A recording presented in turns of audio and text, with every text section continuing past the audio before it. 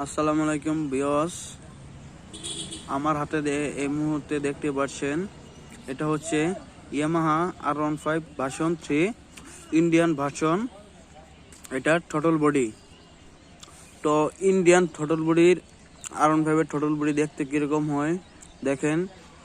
এটা নিচ দিয়ে একটা এরকম তেলের পাইপের মতো লাইন থাকবে, আর যেটা ইন্দোনেশিয়ান ভার্সন এটাতে এরকম থাকবে না, আর এমনি সবকিছু সেমই থাকবে।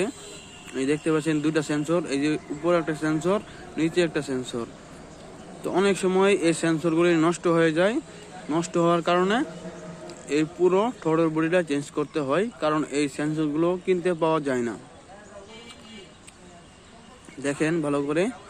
আর এই সাইডে আপনার যে দেখতে পাচ্ছেন এটা হচ্ছে আপনার টুনিং স্ক্রু।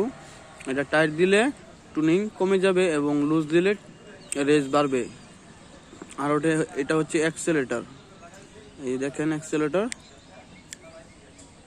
তো ভিডিওটা যদি ভালো লাগে লাইক করবেন, সাপোর্ট করবেন, শেয়ার করবেন।